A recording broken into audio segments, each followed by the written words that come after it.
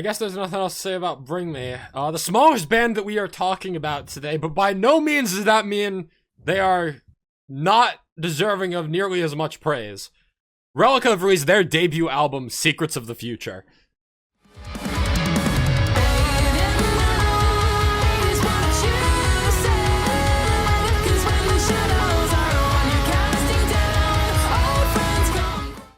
And holy shit, this is incredible. I am so glad that you got to this just before we recorded this tonight, Derek. Yeah, I did as well. It was between this and another Bring Me re-listen, and I was like, nah, I gotta get on. I'm so happy that I did. Yeah, Reliqa have always been an extremely talented band. They released my favorite EP of 2022. In hindsight, my favorite song of 2022 as well, In Safety, featuring Sean from Make Them Suffer. And I think that song was so memorable in large part because of Sean's feature.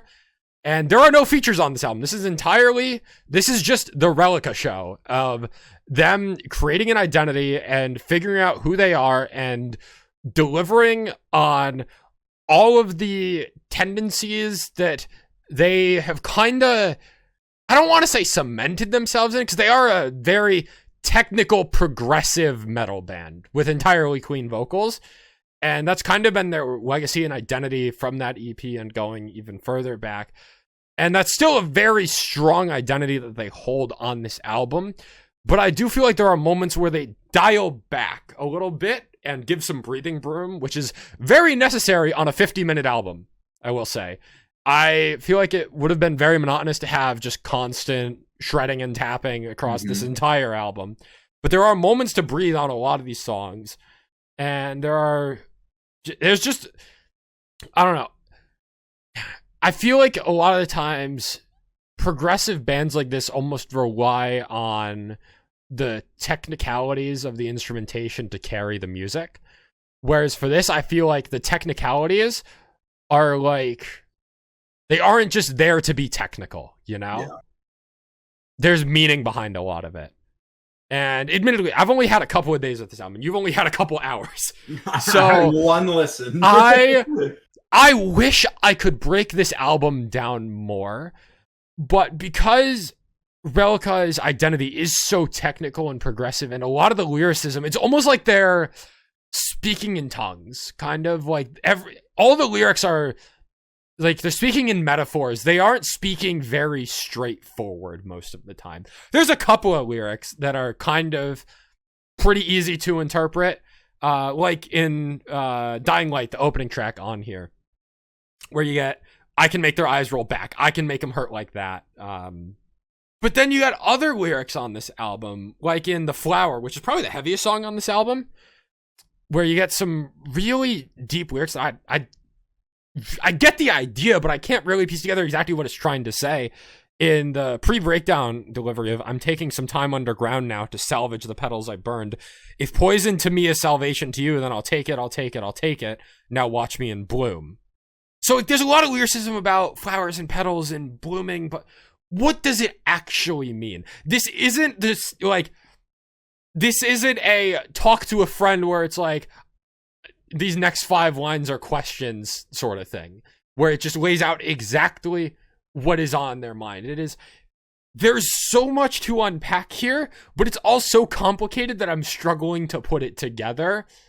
With that being said, I know that there is something going on, and I think it is cool as hell.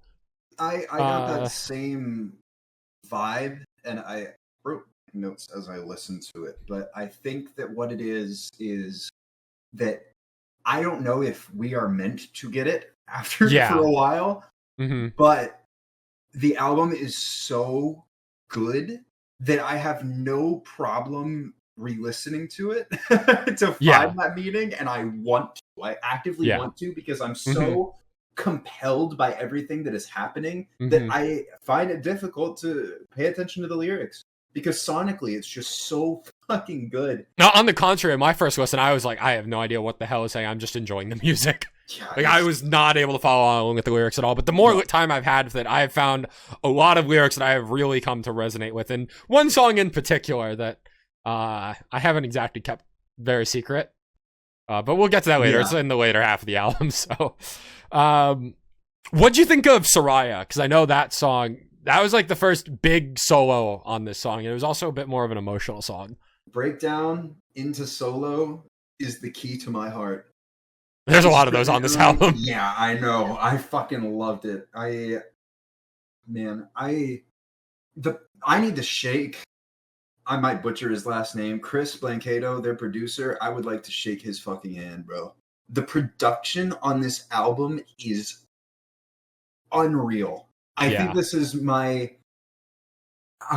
it's hard to say with Knocked Loose in the same discussion, but I would say that in terms of adding to an album and creating the overall album experience, this is on par with, if not better than, the Knocked Loose record. And it's probably my favorite production I've heard since that Dreamwake album in 2022.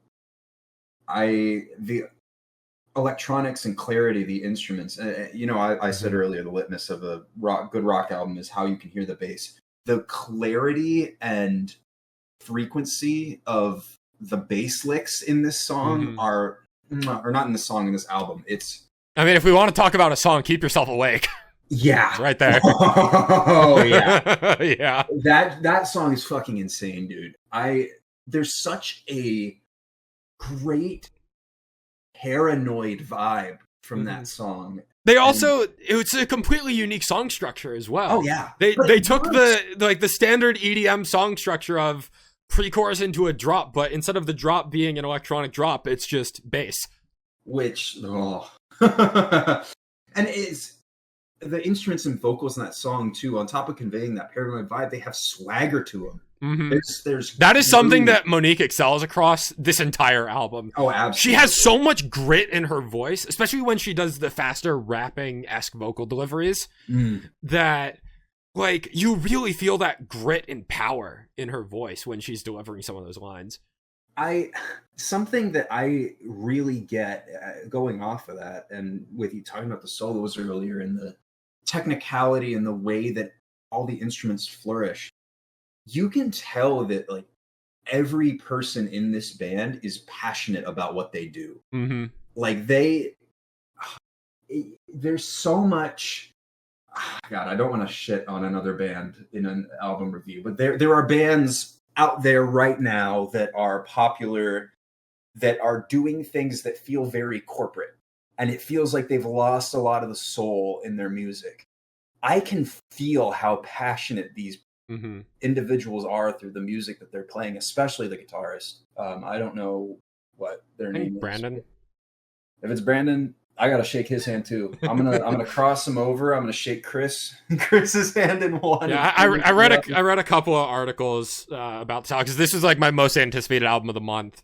So I was like trying to hype myself up for it, reading some of the early access article reviews of this album to try and like figure out like what should I be looking for. And Reliqa delivered on every front as far as I'm concerned. This is one of the most consistent albums I have heard all year.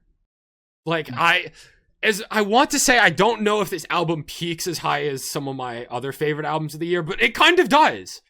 And then it also just has like a higher floor than some of these other favorite albums I've heard this year. But I don't, like, this is without a doubt going to be in contention for my top 10, if not top 5 albums of the year. And I think I just need more time to figure out, like, are these songs going to stand the test of time? Agreed. In a few months? Or am I just in the initial hype? That is the difficulty with proggy songs like this. I feel the same about Era to an extent, and Born of Osiris. I don't know if it's an influence or a vibe, but I feel Born of Osiris all over this fucking album. Yes, the electronics. That's what I wanted to say, is very Born of Osiris, instrumentally at least. I think they do it better. I'm gonna be like Reliqa is doing it better than Born of Osiris is.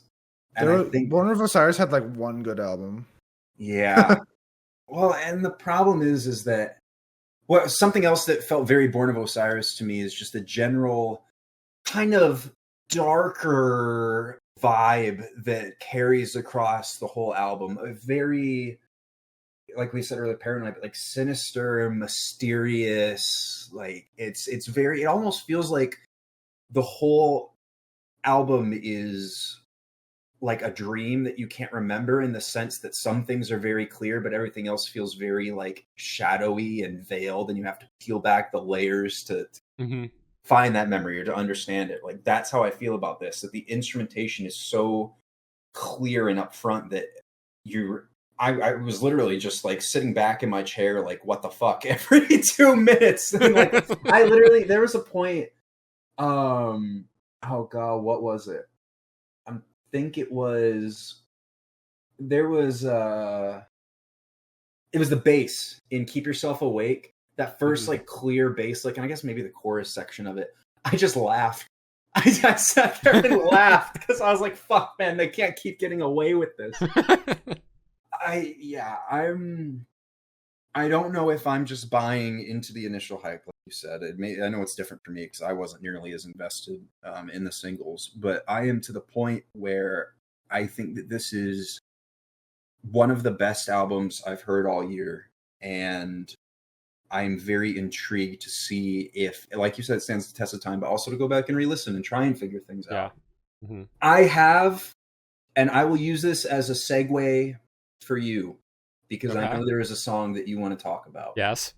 My one major initial, again, I've listened once, so this could be bad take, Derek. We'll see how my take ages. I like Upside Down as a song. I think that A Spark and especially Two Steps Apart have such good build in energy and eventual payoffs and vibes.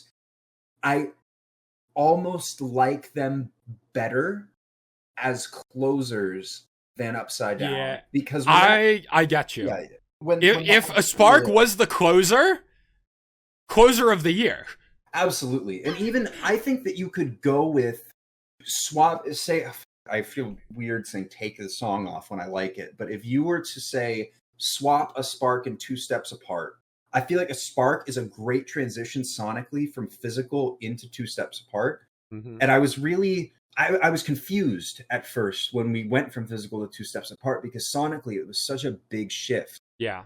And I was like, okay, well, where is this going to go now? Like, I don't know where I'm going. And I had little time to think that thought, because then the hi-hats kicked in on A Spark. And I was like, oh, okay, we're going here now.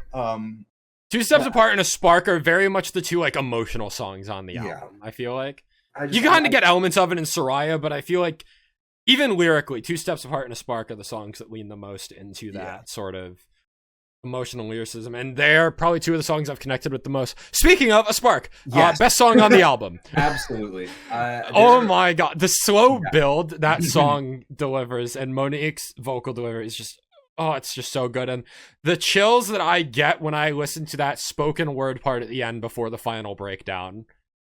I got the lyrics written down here. Do it. I wish I could make promises and speak certainties and be true, but truth be told, I'm terrified that this path could take me from you. With tunnel vision, I'll sacrifice my heart to find the power that comes with fear, just like the light in A Spark. Boom. So Invent, Animate, False Meridian was my breakdown of the year last year, and A Spark very much reminds me of that breakdown. I don't know if you heard it on first listen, but if you like listen to the two songs like side by side, go like pretty quickly between them, I think you'll see the similarities. Okay, it's slow and chunky and distorted, and there isn't a lot of symmetry in the timing for anything, but it's all just fucking incredible. And again, I think A Spark really excels in its slow build and delivery. It's like a minute and 40 seconds before any sort of like drums or guitars kick in, and then you get like a very calm, slow delivered chorus. Then some of the instrumentation kicks in on the chorus, and then on the third chorus, you finally get the full instrumentation behind it before you get that closing ending breakdown fade out moment, which is just I spent the day that the album came out, I would literally just replay the last minute of A Spark over and over like 8 times in a row and just skip the first 3 minutes of the song. Not to say that the first 3 minutes are even bad, it's just that last minute is like fucking transcendental, bro. It's just, it's not even something that clicked with me on first listen. It's only after like the second or third listen that I kind of just sat there and I was like, holy shit. And I think that's part of why I need more time with this album, and I'm not so sure about how I feel about it. It's because, yes, I can tell it's incredible from my first listen, but I feel like I only feel that on a surface level. And when I'm thinking about best albums of the year, I need to have a deeper connection with it somewhere. And right now, A Spark is the only song that's really doing that deeper connection for me.